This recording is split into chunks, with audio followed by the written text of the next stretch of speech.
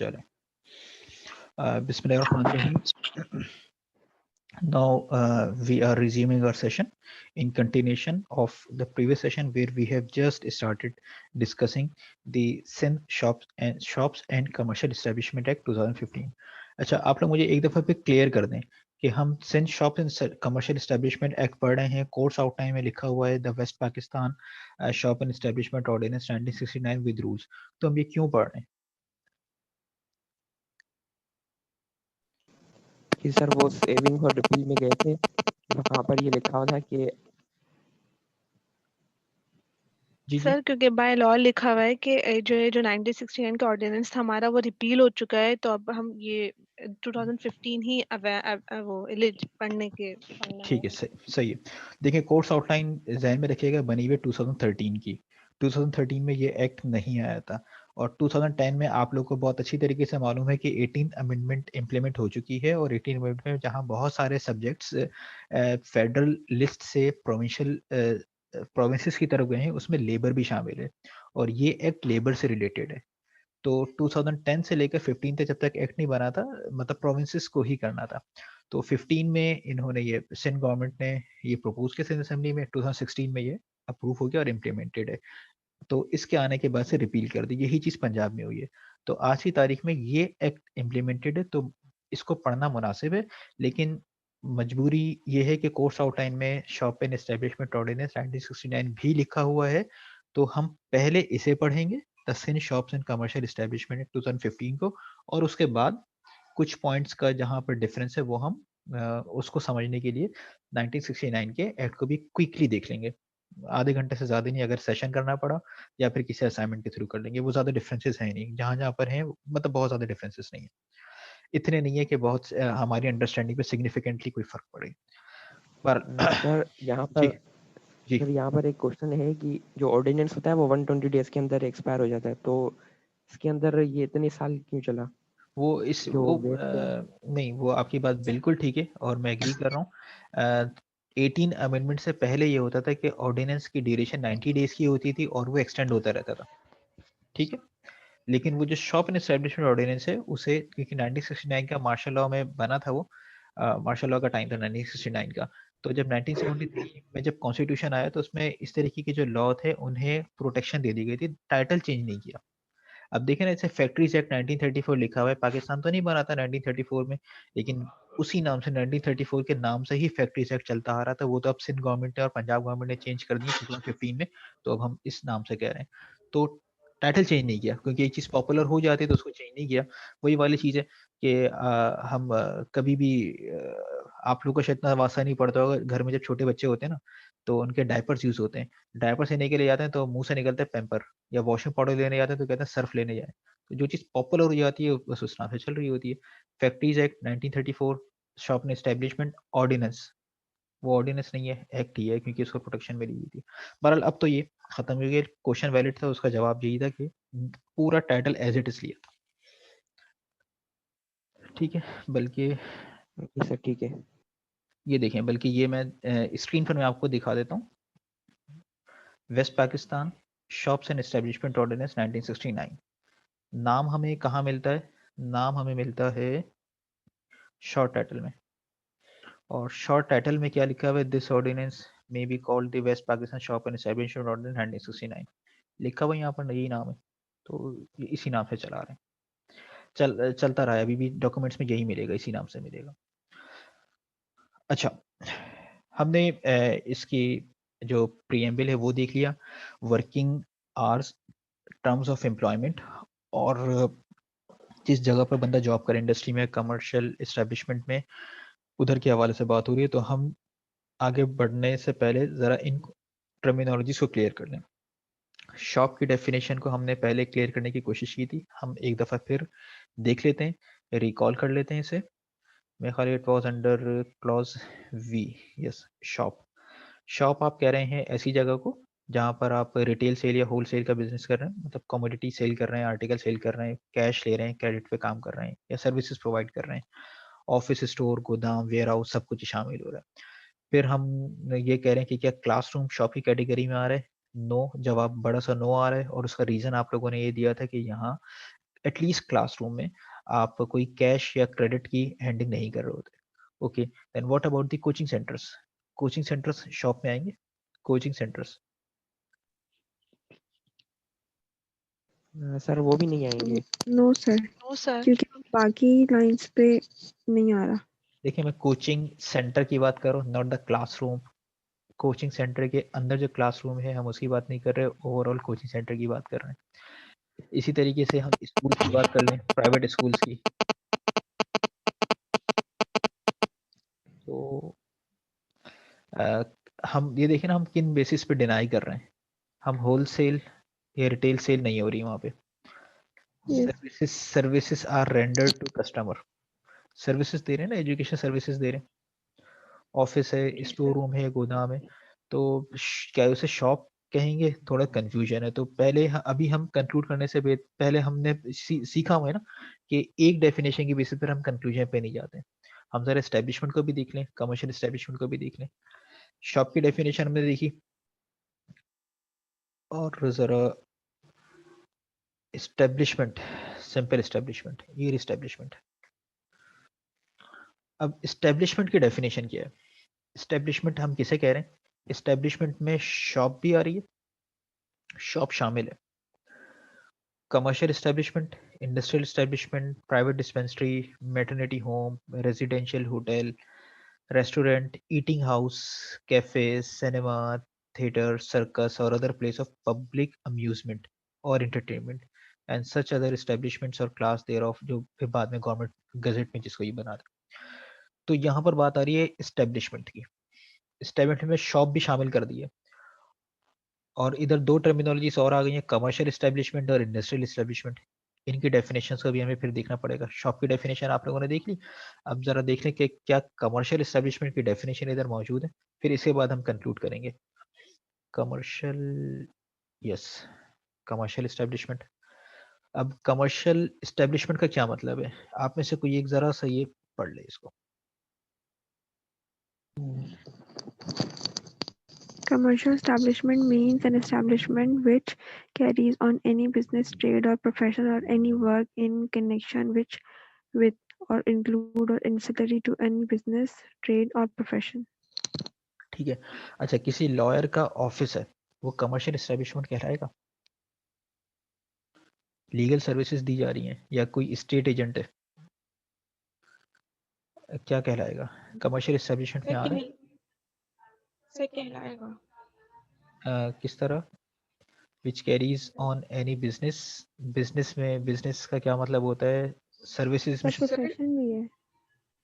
Sir profession भी है, और जो एजेंसीज होती हैं वो तो एक तरह से बिजनेस ही कैरी कर रही होती है ना। बिजनेस, देखिए वो सर्विसेज दे रहे हैं, सर्विसेज दे रहे हैं। बिजनेस में ना किसी कमोडिटी को आप सेल परचेज करें, ठीक है, आप ये कह लें कि प्रॉपर्टी का बिजनेस है, मतलब आप ये इस तरीके से कह लें, प्रॉपर्टी हाथ में उठा के तो नहीं लेकर जाएंगे ना, लेकिन प्रॉपर्टी का बिजनेस है, ठीक है, हम उस तरीके से लेकर चलते हैं। इनकी जो सब क्लॉजेस हैं, सब क्लॉजेस को देख लेते हैं, फिर हम इसे फिर कंक्लूड करेंगे, फिर वापस एस्टेब्लिशमेंट की डेफिनेशन पे जाएंगे। तो कमर्शियल एस्टेब्लिशमेंट हमने कहा कि कोई भी बिजनेस, ट्रेड हो रही है या प्रोफेशन है। अच्छा, ट्रेड के हवाले से जो स्टॉक एक्सचेंज में जो ब्रोकर्स होते हैं उनके ऑफिसेज हैं, वो ट्रेड में आ रहे हैं, तो कमर्शियल एस्टेब्लिशमेंट वो भी आ जाएंगे। अच्छा, एक सोसाइटी जो रजिस्टर हुई है, सोसाइटी की रजिस्ट्रेशन है, चैरिटेबल है या कोई ट्रस्ट है, रजिस्टर हो या नहीं हो, इसे भी आप कमर्शियल एस्टेब्लिशमेंट बोलेंगे। What about NGOs? अगर हम इस टेक्स्ट को पढ़ें तो नॉन गवर्नमेंटल ऑर्गेनाइजेशंस है, या नॉन प्रॉफिटेबल ऑर्गेनाइजेशंस होती है, ट्रस्टीज होते हैं, वो भी कमर्शियल एस्टेब्लिशमेंट में आएंगे, इधर ही कहलाया जाएगा।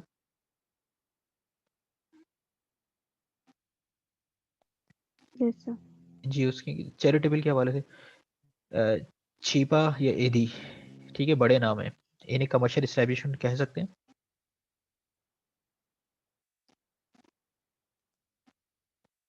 हाँ सर, इनको तो नहीं कह सकते। देखिए, ये इधर जो मैंने हाईलाइट किया हुआ है ना, सब क्लॉज 1, इसकी लाइट में देखिएगा, क्या छिपा और एदी को हम कमर्शियल एस्टेब्लिशमेंट कह सकेंगे? तो ये कमर्शियल एस्टेब्लिशमेंट की डेफिनेशन के बाद लिखा हुआ है एंड इंक्लूड्स, उसके बाद सब क्लॉज 1 शुरू हुआ है। तो चैरिटेबल के सेंस में तो कह सकते हैं।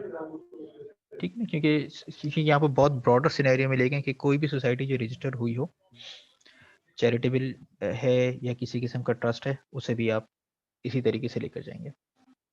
कमर्शियल इस्टेब्लिशमेंट की बात हो गई, पहला क्लॉज। सेकंड क्लॉज, वो इस्टेब्लिशमेंट जहाँ किसी किस्म का एडवर्टाइजिंग का या कमीशन बेस्ड बिजनेस हो रहा है, किसी किस्म की कोई कमर्शियल एजेंसी है। इसमें अब ये जो टैलेंट हंट वाली जो एजेंसीज होती हैं, आप इन्हें भी इसी तरीके से कंसिडर कर लीजिए।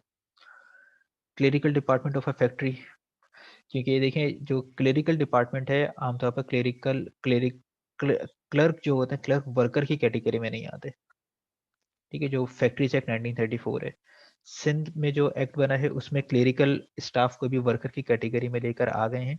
लेकिन बहरहाल आप इसे जो क्लेरिकल डिपार्टमेंट या सिर्फ रिकॉर्ड मेंटेनेंस का काम हो रहा है या एचआर डिपार्टमेंट की बात कर लें, फाइनेंसिस की बात कर लें, तो इससे भी आप कमर्शियल इस्टेब्लिशमेंट की कैटेगरी में लेकर जा रहे हैं।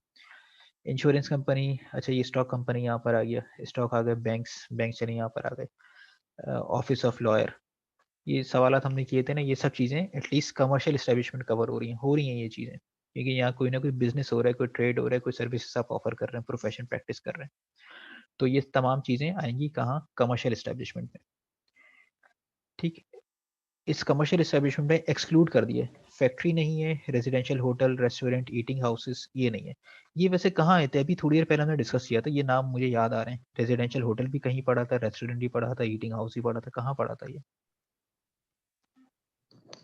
सर ये एस्टेब्लिशमेंट में पड़ेगा। एस्टैब्लिशमेंट में था। ठीक है, ये डायरेक्ट एस्टेब्लिशमेंट में पड़ा था। तो ये residential hotels, restaurants, eating houses, ये कमर्शियल एस्टेब्लिशमेंट पे नहीं है। कमर्शियल एस्टेब्लिशमेंट में क्या है? जहाँ पर आप प्रोफेशन को प्रैक्टिस कर रहे हैं, किसी किस्म का बिजनेस या ट्रेड कर रहे हैं। देखिए ये जो चीज़ें लिखी हुई है ना यहाँ पर आप सर्विसेज ऑफर कर रहे हैं, मेनली सर्विसेज ऑफर कर रहे हैं। ठीक है, खाना वगैरह भी आप दे रहे हैं, वो एक उसके, लेकिन उसके साथ जब सर्विसेज दे रहे हैं ना, आपने पकाया, वैल्यू एड की और आप चीज़ें दे रहे हैं, तो इस वजह से शायद यहाँ इसको अलग किया गया। फिर ये अम्यूजमेंट, पब्लिक अम्यूजमेंट की बात होगी। अच्छा, एक चीज़ और रह गई है जो इस्टेब्लिशमेंट में थी, इंडस्ट्रियल इस्टेब्लिशमेंट। ठीक है ना, यहाँ पर शॉप की डेफिनेशन आप लोगों ने देखी, आपने अभी कमर्शियल इस्टेब्लिशमेंट की डेफिनेशन देखी। इंडस्ट्रियल इस्टेब्लिशमेंट को ज़रा सा हम देख लेते हैं। इंडस्ट्रियल इस्टेब्लिशमेंट, ये रहा इंडस्ट्रियल इस्टेब्लिशमेंट। अब इंडस्ट्रियल इस्टेब्लिशमेंट क्या कह रहे हैं? वर्कशॉप या ऐसी इस्टेब्लिशमेंट जहाँ किसी किस्म का कोई मैन्युफैक्चरिंग, मतलब मेकिंग, मैन्युफैक्चरिंग एस्पेक्ट है, making, altering, repairing, ornamenting, finishing, packing, otherwise. ठीक है, ये सब। फिर उसके बाद, इन सब के बाद, और ये इसलिए कर रहे हैं कि उसके बाद आप या तो उसे सेल करेंगे, ट्रांसपोर्ट करेंगे, डिलीवर करेंगे, डिस्पोजल करेंगे, और सर्विसेज आप कस्टमर को दे रहे हैं। प्लस फिर उसके बाद गवर्नमेंट जिनको ऐड करना चाहे, क्योंकि देखिए अगर तो यहाँ पर ये नहीं लिखा जाता विद अ व्यू, अगर ये टेक्स्ट नहीं आता with a view to its use, sale, transport, अगर ये नहीं आता ना, तो यहाँ पर तो कोई भी मेकिंग, अल्टरिंग, इवन घर में कोई, मैं अगर कील ठोक रहा हूँ, फ्रेम मेरा निकल गया या कोई दरवाजा थोड़ा लूज हो गया, उसको मैं थोड़ा टाइट कर रहा हूँ, स्क्रू, तो वो भी फिर इंडस्ट्रियल एस्टेब्लिशमेंट में आ जाता। आप घर में कोई काम कर रहे हैं, रिपेयर का कोई काम कर रहे हैं, लेकिन उसका मकसद सेल नहीं है, उसे आप ट्रांसपोर्ट नहीं करेंगे, किसी और को डिलीवर नहीं करेंगे, तो ये इंडस्ट्रियल एस्टेब्लिशमेंट नहीं आएगा। अगर आप घर में किसी किस्म का कोई काम कर रहे हैं, कोई भी चीज़ बना रहे हैं इस मकसद के लिए कि इसे आप आगे सेल कर देंगे, तो वो इंडस्ट्रियल एस्टेब्लिशमेंट की कैटेगरी में आ रहा है। कॉटेज इंडस्ट्रीज आप कह रहे हैं ना, कॉटेज इंडस्ट्रीज को आप इंडस्ट्रियल एस्टेब्लिशमेंट में according to this definition add कर सकते हैं। तो ये हमने चीज़ें देखी, हमने बात शुरू की थी इस्टेब्लिशमेंट से। Where is the establishment? Establishment में तीन चीज़ आ रही हैं, शॉप, कमर्शियल इस्टेब्लिशमेंट और इंडस्ट्रियल इस्टेब्लिशमेंट। ठीक है, शॉप क्या चीज़ है? शॉप ऐसी जगह है, एक ऐसे प्रेमिसेस जहाँ पर आप कमोडिटीज या किसी किस्म के आर्टिकल्स को सेल कर रहे हैं, wholesale, retail sale, cash, credit, सब पे। ठीक है, जहन में लेकर आइएगा ये किराना शॉप्स हो गए, आटा, चीनी, दाल वगैरह, इनकी बात हो रही है यहाँ। फिर जहाँ मेनली आप सर्विसेज ऑफर कर रहे हैं, बैंक्स हो गए, लॉयर्स की बात हो गई, स्टॉक एक्सचेंज ऑफिस हो गए, स्टेट एजेंट की बात आ गई, कमर्शियल एजेंसी की बात आ गई, उन्हें आप कमर्शियल एस्टेब्लिशमेंट में लेकर जा रहे हैं।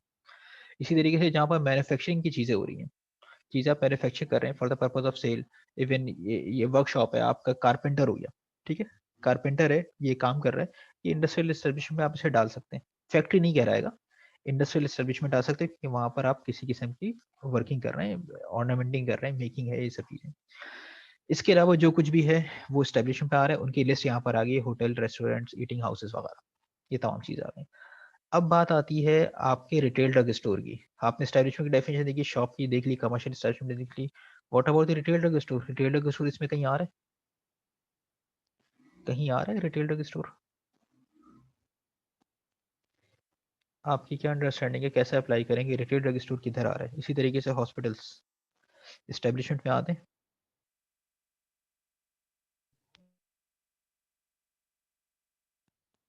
अंडरस्टैंडिंग शेयर कर लें बस आप लोग।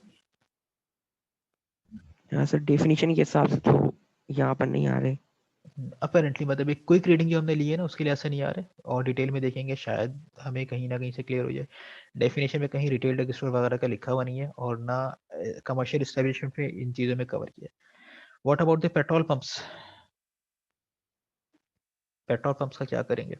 वो इधर किसी डेफिनेशन में फिट हो रहे हैं? हाँ नहीं सर, वो भी नहीं हो रहे। पेट्रोल पंप भी नहीं हो रहे। होटल्स तो कवर हो गए। इसी तरीके से अब आप ज़रा सा गौर कीजिएगा, एक ज़रा सा गौर कीजिएगा, वो तमाम बिजनेसेस, वो तमाम ऑफिसेस जो 24 आवर्स तक ओपन रहते हैं, 24 नहीं तो 18 आवर्स तक तो ओपन रहते हैं, वो इसमें से किसी भी डेफिनेशन से पूरा नहीं उतर रहे। आप रेलवे की बात कर लें, पोस्ट ऑफिस की बात कर लें, कोरियर सर्विसेज की बात कर लें, फूड डिलीवरी सर्विसेज की बात कर लें, ये इनकी टाइमिंग्स नहीं है, या टाइमिंग्स जो है 9 to 5 वाली टाइमिंग्स नहीं है, इससे डिफरेंट है। ट्रांसपोर्टर्स की बात कर लें, ट्रांसपोर्ट सर्विसेज हैं, इंटरसिटी ट्रांसपोर्ट्स हैं, वो चीज़ें इसमें शामिल नहीं हो रही, क्योंकि किसी ट्रांसपोर्टर का तस्करा नहीं किया गया। तो एक आसान अल्फाज में जनरली, इसमें लिखा हुआ नहीं है लेकिन ये जनरली इसको आप टिप के तौर पर लीजिएगा, आप टाइमिंग से अंदाज़ा लगा लें। अंदाज़ा कंक्लूड नहीं करेंगे, आप अंदाज़ा लगाएंगे कि जो बिजनेस है क्या वो ऑफिस आवर्स में चलता है, ऑफिस आवर्स के बाद नहीं चलेगा। अगर वो ऑफिस आवर्स में चल रहा है तो फिर कहीं ना कहीं वो किसी कमर्शियल एस्टेब्लिशमेंट या एस्टेब्लिशमेंट की डेफिनेशन ही पूरा उतर जाएगा। वो बिजनेसेस जो बियॉन्ड द ऑफिस टाइमिंग्स या बिफोर द ऑफिस टाइमिंग्स चल रहे होते हैं, उन्हें शायद आप एस्टेब्लिशमेंट की डेफिनेशन में कवर ना करें, या उन्हें किसी किस्म की एग्जेम्पशन मिली हुई हो। ठीक है, इस पॉइंट को ध्यान में रखिएगा, आगे कहीं ना कहीं ये चीज़ काम आएगी। अगर मैं भूल जाऊँ तो आप लोग ही मुझे रिकॉल कराइएगा। अच्छा, कम से कम यहाँ जो लिखा हुआ था शॉप्स और एस्टेब्लिशमेंट, इन्हें हमने किसी हद तक कवर कर लिया। इन्हें कवर करने के बाद फिर हम देखें, आगे बढ़ते हैं। वर्किंग आवर्स की हमें बात करनी है। वर्किंग आवर्स से पहले मैं ज़रा चलें, आर्स की डेफिनेशन लिखी हुई है यहाँ पे कि चले आर्स की डेफिनेशन जो प्रॉपर डेफिनेशन होगी। डी की डेफिनेशन जरा हम देख लें। डी की डेफिनेशन आपके पास आ रही है, ठीक। डे वैसे हम बोलते किसे? दिन हो जिसके अंदर 24 घंटे होंगे। 24 घंटे एक दिन होता है, ठीक है, 24 घंटे का दिन। आप कहीं नौकरी कर रहे हैं, नौकरी के लिए आपको कहा गया कि आपको 1 महीने के बाद सैलरी मिलेगी, सैलरी मिलेगी, हफ्ते में 1 दिन की छुट्टी होगी, 25 दिन आपको काम करना है। 25 दिन काम करना है तो 25 दिन क्या टाइमिंग्स होंगी 25 डेज में? एक दिन में 24 घंटे होते हैं, टाइमिंग्स आपकी क्या होंगी? ये टाइमिंग्स आपको क्लियर होनी चाहिए। 24 फॉर एग्जांपल अगर 8 घंटे काम करना है तो उस 24 घंटे में से सिर्फ 8 घंटे काम करेंगे। 8 घंटे से ज़्यादा काम कर रहे हैं तो वो ओवर टाइम काउंट हो जाएगा। तो सिंपल है, इसमें बाज़ाहिर कोई कन्फ्यूजन नज़र नहीं आ रही। प्रॉब्लम आती है इंडस्ट्रियल इस्टेब्लिशमेंट्स में या फैक्ट्रीज में, जहाँ नाइट शिफ्ट लगती हैं, या रिटेल ड्रग स्टोर्स, हॉस्पिटल्स की बात कर लें जहाँ पर नाइट शिफ्ट में काम हो रहा है, वहाँ पर आप डे को कैसे करेंगे? फॉर एग्जाम्पल रात 10 बजे आपकी शिफ्ट शुरू हुई, सुबह 4 बजे खत्म हुई, 6 बजे खत्म हो गई, 8 घंटे पूरे हो गए ना आपके। सुबह 6 बजे खत्म हो गई शिफ्ट तो 8 घंटे पूरे हो गए, लेकिन डे चेंज हो गया। अब इसे कैसे कवर करेंगे? ये एक सवाल जहन में आता है। ये सवाल जहन में आता है कि हम इसको किस तरीके से कवर करेंगे। तो जनरली इसका जवाब, क्विक आंसर, इसको अब डिटेल में डिस्कस करना है हमें। क्विक आंसर इसका ये है कि जिस दिन आपकी एम्प्लॉयमेंट शुरू हुई है ना, फॉर एग्जांपल आपने 1 दिसंबर रात 10 बजे आपने अपनी सर्विसेज शुरू की थी, और 2 दिसंबर सुबह 6 बजे तक आपने आपके 8 घंटे पूरे हुए, तो ये आपकी सर्विसेज काउंट होंगी 1 दिसंबर में। एम्प्लॉयमेंट आपकी यहाँ से शुरू हुई है, ठीक है। ये डे है। और डे के अलावा वीक की डेफिनेशन इसमें है कहीं? Week, week, yes week. Week की डेफिनेशन आप में से कोई एक्सप्लेन करेगा? वीक 7 डेज तो होते हैं, 7 डेज कब से शुरू होंगे? 7 डेज कब से शुरू होंगे? जनरली मंडे सर से मिडनाइट मिडनाइट और सैटरडे। और सैटरडे नाइट। अच्छा, सैटरडे नाइट क्या मतलब सैटरडे और संडे के बीच की रात को कहेंगे या फ्राइडे और सैटरडे की रात को कहेंगे? क्योंकि सैटरडे शुरू हो गया है रात 12 बजे, सैटरडे शुरू हो गया, पहले नाइट आती है फिर डे आता है, ऐसे ही होता है ना? तो ये क्या जी बोलेंगे सर। आंसर? फ्राइडे की रात 12 बजे की। सर फ्राइडे के और सैटरडे के बीच में जो होगा। ठीक है, तो पाकिस्तान के कानून में और ये जो सिंध में जो लॉ अप्रूव हुआ है इसमें वीक कहाँ से शुरू होगा? बस यूं मुझे बता दें, फ्राइडे वीक का लास्ट डे है या first day? Sir Friday last है। फ्राइडे लास्ट डे, और सैटरडे से आप नया वीक शुरू कर रहे हैं, मतलब छुट्टी से हम लोग अपना दिन शुरू कर रहे हैं, ऐसा ही है? जी सर। छुट्टियां से Yes. मतलब हम पहले ही सारी छुट्टियां अवेल कर लेते हैं, उसके बाद फिर हम काम शुरू करते हैं। डेफिनेशन यही कह रही है, ठीक है, डेफिनेशन यही कह रही है कि हम छुट्टी से अपने वीक का आगाज करते हैं। अच्छा, अब इससे थोड़ा सा हम और आगे बढ़ते हैं। डेफिनेशंस को फिर अब जहां जहां पर जरूरत पड़ेगी उन डेफिनेशंस को हम देख लेंगे। मेनली अब हम थोड़ा सा अब वर्किंग आवर्स की तरफ में जाने की कोशिश करता हूँ, या सर फिर हम सैटरडे और संडे को वीकेंड क्यों कहते हैं जब वो वीक की स्टार्टिंग है? ये वो इसलिए कह देते हैं जनरली क्योंकि हमारा मंडे से वीक शुरू होता है, वर्किंग वर्किंग हमारी वहां से शुरू होती है। बाय लॉ तो हम ये कह रहे हैं ना कि वीक हमारा सैटरडे से शुरू हो रहा है, सैटरडे डे 1 है और फ्राइडे डे 7 है। वीकेंड का कॉन्सेप्ट ये है कि आपकी वर्किंग इधर से शुरू हुई है, और जहाँ से ये कॉन्सेप्ट आया ना वीकेंड का, वहाँ पर वीकली कई जगहों पर वीकली पेमेंट होती है। तो वीकली पेमेंट फ्राइडे हो गई, फ्राइडे हो गई, आप सारे पैसे स्पेंड कर रहे होते हैं किसी अपनी अपनी एक्टिविटीज में, तो वहाँ से वो वीकेंड का कॉन्सेप्ट आया। और भी ओके रीजंस सर। होंगे, और भी रीजंस होंगे, ये जिस उन मुख्तलिफ रीजंस में से एक ये रीजन। अच्छा, एक चीज जरा सा आप लोग देखिएगा, अभी मैंने एक टिप दी थी ना कि जो स्पेसिफिक टाइमिंग के बाद भी या पहले भी ओपन है उन्हें शायद आप एस्टेब्लिशमेंट की डेफिनेशन नहीं लेकर आएंगे। नंबर सेक्शन 7 को जरा से देखिएगा आप लोग। सेक्शन 7 देखिएगा। सेक्शन 7 की हेडिंग है opening and closing hours of establishment. ठीक, अच्छा, ओपनिंग एंड क्लोजिंग आवर्स, और ये सेक्शन 7 कहाँ तक जा रहा है? सेक्शन 7 यहाँ तक जा रहा है। चलें इसे जरा से देखें। इसमें लिखा हुआ है कि कोई भी इस्टेब्लिशमेंट रात 8 बजे 8 PM लिखा हुआ है ना, 8 बजे के बाद खुली हुई नहीं होनी चाहिए। सिंध का लॉ यही कह रहा है। अगर आप शॉप एंड एस्टेब्लिशमेंट ऑर्डिनेंस को देखें ना, चलें अभी खुला हुआ है तो मैं दिखाई देता हूँ।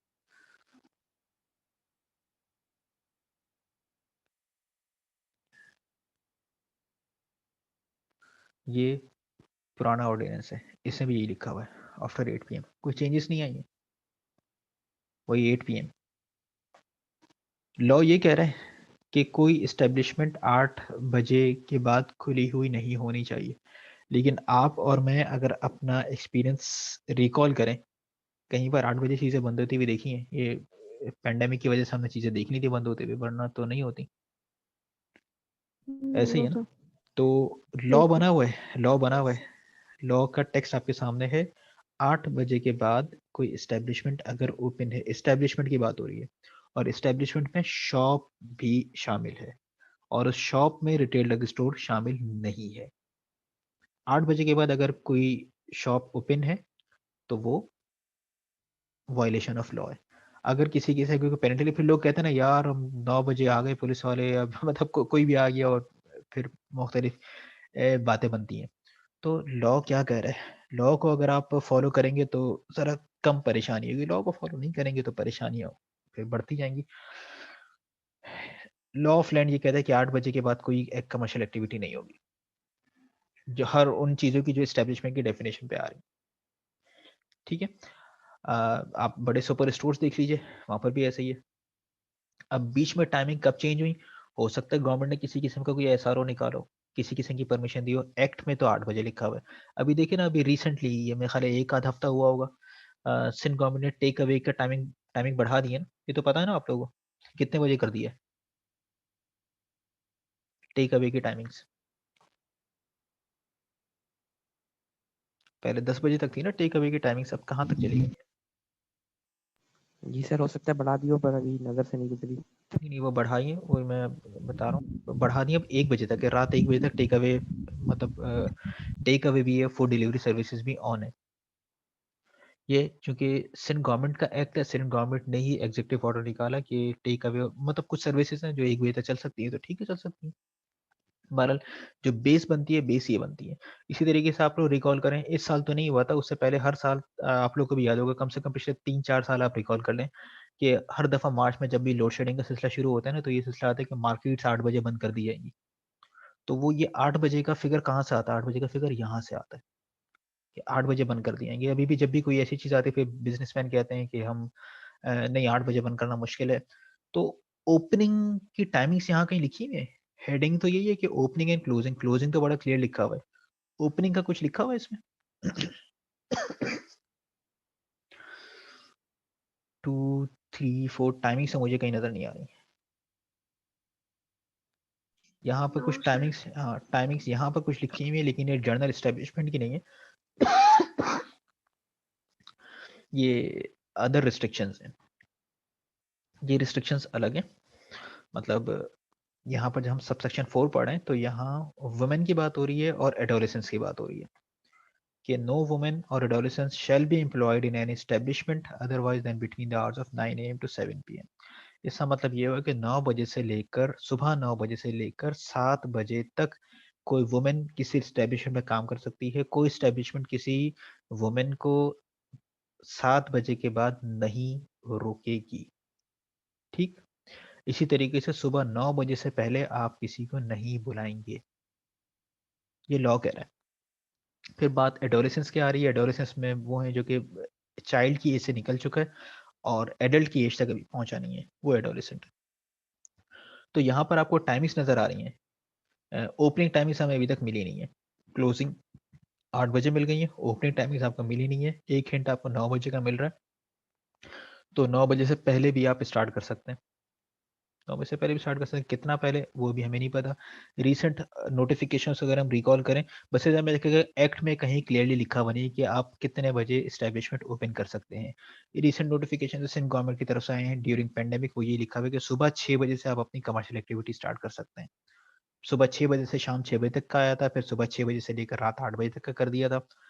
तो बहरहाल ओपनिंग का इस एक्ट में एटलीस्ट नहीं लिखा हुआ, या आप लोग दोबारा इसको देख लीजिएगा, कहीं लिखा हो तो मुझसे शेयर करना, अभी क्विकली देखने मुझे नहीं मिल सका ये। अच्छा, 8 बजे बंद तो कर देंगे, लेकिन जो लोग अंदर मौजूद होंगे इस एस्टेब्लिशमेंट के, उन्हें आप जरूर सर्व करें, उन्हें जरूर सर्व करें, और उनकी सर्विंग भी आपको 30 मिनट्स के अंदर अंदर कंप्लीट कर लेनी चाहिए। फॉर एग्जाम्पल 8 बजे ना, 8 बजे के टाइम अंदर जितने लोग मौजूद होंगे आप उन्हें सर्व करें, लेकिन उन्हें 30 मिनट्स के अंदर अंदर सर्विसेज देके आप फारिग कर दें। अच्छा, फिर इसी तरीके से नंबर 2 में ये लिखा हुआ है कि आप की जो टाइमिंग्स हैं, उन टाइमिंग्स को आप प्रोमिनेंटली प्लेस करें। अब आप इसको ज़रा से रिकॉल करें, आप किसी मॉल में जाते हैं, शॉपिंग सेंटर्स में जा रहे हैं, किसी भी जगह पर जा रहे हैं, वहाँ एक जो एस्टेब्लिशमेंट की डेफिनेशन है पूरा होता है। बाय लॉ ये बाइंडिंग है कि आप opening closing hours opening closing hours लिखेंगे। ओपनिंग क्लोजिंग नहीं लिखा हुआ, लेकिन यहाँ पर लिखा हुआ है कि specifying the hours during which the establishment will remain open. तो ठीक है, इसमें ओपनिंग और क्लोजिंग आवर्स हो जाएंगे। ये एक अहम चीज़ है नंबर 3 में, इसको ज़रा गौर से देखिएगा, ये आपके मतलब की है। No employee shall be required और परमिटेड टू वर्क, रिक्वायर्ड अलग है, परमिटेड अलग है, इसीलिए और आया। To work continuously in an establishment for more than 6 hours, 6 hours in the case of an adult, and for more than 3.5 hours in case of adolescent, unless he has been allowed an interval of rest not less than 1 hour। इसका मतलब क्या हुआ कि आप किसी को भी 6 घंटे से ज़्यादा, 6 घंटे तक कंटिन्यूसली काम नहीं कराएंगे, आपको ब्रेक देना है। अगर आपने 6 घंटे काम कराया, अगर 6 घंटे काम कराया तो आपको 1 घंटे का ब्रेक देना पड़ेगा। ठीक है, बात समझ रहे हैं ना आप लोग? तो अब आप ज़रा सा गौर करें कि शायद आप में से अक्सर लोगों का वास्ता नहीं पड़ा होगा इन ब्रेक्स वगैरह से। आप इसको एम्प्लॉय के तौर पर नहीं, एम्प्लॉय के तौर पर नहीं, एम्प्लॉयर के तौर पर सोचें कि अगर आप 6 घंटे किसी से काम करा रहे हैं, ठीक है, नॉन स्टॉप आपको 6 घंटे तो मिल गए, लेकिन फिर आपको 1 घंटे का ब्रेक देना पड़ेगा। तो 1 घंटा ये नॉन प्रोडक्टिव होगा, जिसकी आप उसको सैलरी भी दे रहे होंगे, लेकिन वो 1 घंटे काम नहीं करा, आपने ब्रेक दिया, अब खाने का ब्रेक है, नमाज का ब्रेक है, जो कुछ भी है। तो फिर आप ये करते हैं, बाय लॉ इस 1 घंटे का ब्रेक ना देना पड़े, आप उससे काम कराते हैं 5 घंटे, सुबह 9 बजे से कराना शुरू करते हैं काम, और 1 बजे आप दे देते हैं ब्रेक, ये 1 बजे तुम्हारा लंच ब्रेक है। आधे घंटे का ब्रेक है, इसी में नमाज पढ़ो, इसी में खाना खाओ और वापस आ जाओ। तो इस सूरत में ब्रेक नहीं देना पड़ेगा, 1 घंटे की कैद नहीं होगी। लेकिन अगर आपने 6 घंटे काम करा लिया उसे कंटिन्यूअसली, तो फिर 1 घंटे ब्रेक देना पड़ेगा। वायलेशन होती है तो वायलेशन है, पूरा जो लेबर इंस्पेक्टर है, लेबर डिपार्टमेंट है, पूरा मौजूद है इन चीज़ों को डिटरमाइन करने के लिए। ठीक, ये तो कंटिन्यूअस की बात हो गई। उसके बाद फिर एक और बात आती है कि एक दिन में आप कितना आप काम कराएँगे किसी से।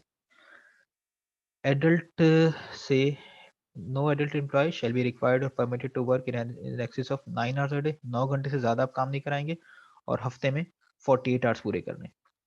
एडल्ट की हम बात कर रहे हैं। एडोलेसेंट और वुमेन को अभी हम अलग रखेंगे। एडल्ट में मेन और वुमेन दोनों शामिल होते हैं। तो इसको अगर हम ब्रेक डाउन करें, एक दिन में 9 घंटे से ज़्यादा आप किसी से काम नहीं ले सकते और हफ्ते में 48 घंटे से ज़्यादा काम नहीं ले सकेंगे। तो इन चीज़ों को, और एक दिन में 6 घंटे से ज़्यादा आप कंटिन्यूअसली काम नहीं कराएँगे। इन चीज़ों को ध्यान में रखते हुए आप शेड्यूल बनाते हैं कि किस तरीके का आप शेड्यूल बनाएँगे। ब्रेक कितने देंगे? जैसे इंडस्ट्रीज़ में होता है चाय का ब्रेक दे देते हैं, चाय का ब्रेक दे देते हैं तो उसकी वजह से फिर जो लंच ब्रेक होता है वो आधे घंटे से भी कम कर सकते हैं बाय लॉ, क्योंकि आप कंटिन्यूअसली काम नहीं करा रहे हो। इसी तरीके से शॉप्स में, एस्टेब्लिशमेंट में कहते तो हैं कि 1 से 2 तक लंच टाइम है। कहा जाता है ना, कहा जाता है। अब वो ठीक है, वो 1 घंटा एम्प्लॉयी ने यहाँ से निकाला हुआ कि मुसलसल काम करो, मुझे 1 घंटे का ब्रेक चाहिए। एम्प्लॉयर जिसने हायर किया हुआ है वो तो पूरी कोशिश करेगा कि मैं 1 घंटे का ब्रेक ना दूँ, उससे नुकसान हो रहा है। तो बहरहाल ये दोनों चीज़ें, इसमें अब ये डिपेंड करता है कि आप एम्प्लॉयी के तौर पर एक्ट कर रहे हैं उस एस्टेब्लिशमेंट में या एम्प्लॉयर के तौर पर एक्ट कर रहे हैं। तो जहाँ पर हो आप अपने फ़ायदे के लिए चीज़ों को इस्तेमाल कर सकते हैं। शेड्यूलिंग इम्पोर्टेंट है। आप 9 घंटे से ज़्यादा एक दिन में काम नहीं करेंगे, ना कराएँगे। ये जो लिखा हुआ था ना रिक्वायर्ड, रिक्वायर्ड, आपसे ये तवक्को की जाती है कि आपको दिन में 9 घंटे काम करना है। ठीक है? दूसरा फिर एक ये परमिटेड है। परमिटेड का ये है कि इससे ज़्यादा की इजाज़त ही नहीं है। इससे ज़्यादा की इजाज़त ही नहीं है, 9 घंटे से ज़्यादा की इजाज़त नहीं है। और रिक्वायर्ड में ये हो सकता है कि आपको मैक्सिमम 9 घंटे काम करना है, आप 8 घंटे काम करना चाहें, आप 8 घंटे कर लें, 7 घंटे कराना चाह रहे हैं, 6 घंटे कराना चाह रहे हैं, वो आप कर लें। 9 घंटे से ऊपर नहीं जाएँगे। हफ्ते में 48 आवर्स से ऊपर नहीं जाएँगे। अगर किसी दिन 9 आवर्स से ऊपर जा रहे हैं या आप वीक में 48 आवर्स से ऊपर जा रहे हैं, तो इधर जो टेक्स्ट लिखा होगा, टेक्स्ट में कुछ ऐसा लिखा होगा कि आपको ओवरटाइम देना पड़ेगा। अब ये ओवरटाइम क्या चीज़ होती है? एक रफली बता दें ओवरटाइम क्या चीज़ होती है? सर वर्किंग आवर्स से हटकर काम किया जाए। उससे हटकर काम किया जाए। जब काम किया जाएगा तो क्या उसकी पेमेंट वगैरह होगी? होनी चाहिए। सर होनी में जो है सर जैसे कुछ इंडस्ट्री में इस तरह से होता है कि या तो वो बोनस मतलब पे बढ़ा देते हैं, मतलब जो पे उनकी जो सैलरी होती है उसमें इंक्रीमेंट हो जाती है। नहीं तो सर कुछ लोग ऐसा भी कर रहे होते हैं कि अगर ओवर किया किसी ने तो वो घंटे के हिसाब से फिर अगर 8 घंटे पूरे बन जाए तो उन्हें फिर एक दिन की छुट्टी जो होती है उनकी जो है ना वो काउंट नहीं होती है। अगर वो काउंट छुट्टी करें तो फिर वो उनको एक एज़ अ बोनस मिल जाता है कि वो कर सकते हैं, लेकिन उनकी पेमेंट में सैलरी नहीं कटेगी। ठीक है, चलें, मैं आपने प्रैक्टिस अच्छी शेयर की है, ठीक है? और ये वाली चीज़ होती है ना कि आप एक्स्ट्रा काम कर लें, फिर आपको एक अलग दिन आप छुट्टी कर लीजिएगा। By law it is not permissible. By law ये है कि अगर आप उससे काम करा रहे हैं ना, ये देखें, ये मैंने हाइलाइट किया है। अगर आप उससे एक्स्ट्रा काम करा रहे हैं, आपको उसके पैसे देने हैं। छुट्टी देकर पैसे नहीं बचाएँ। लॉ ये कह रहा है ओवरटाइम अगर ले रहे हैं ना आप, पेमेंट करें। और ये किसके लिए है? ये एम्प्लॉयी के लिए है और ये एम्प्लॉयी आप लोग एम्प्लॉयी होंगे। जब फैक्ट्री लॉ पढ़ेंगे तो फैक्ट्री लॉ में भी तक यही चीज़ें लिखी हैं।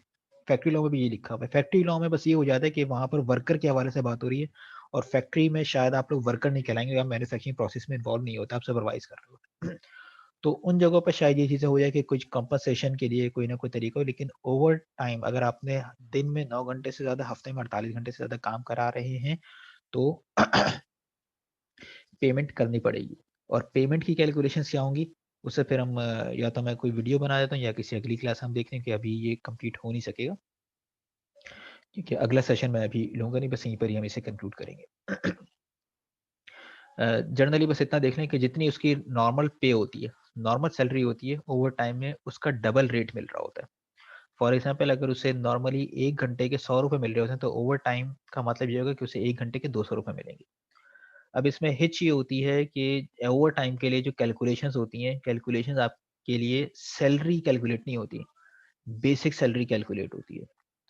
फॉर एग्जाम्पल आपकी 30,000 रुपये तनख्वाह है, तो 30,000 को अगर आप 30 से डिवाइड कर रहे हैं और 30 से फिर आप वर्किंग आवर्स हैं 9 घंटे उसे डिवाइड करेंगे, तो पर आवर जो सैलरी आएगी वो उसकी बेसिस पर ओवर टाइम नहीं होगा, आपको बेसिक सैलरी पे जाना पड़ेगा।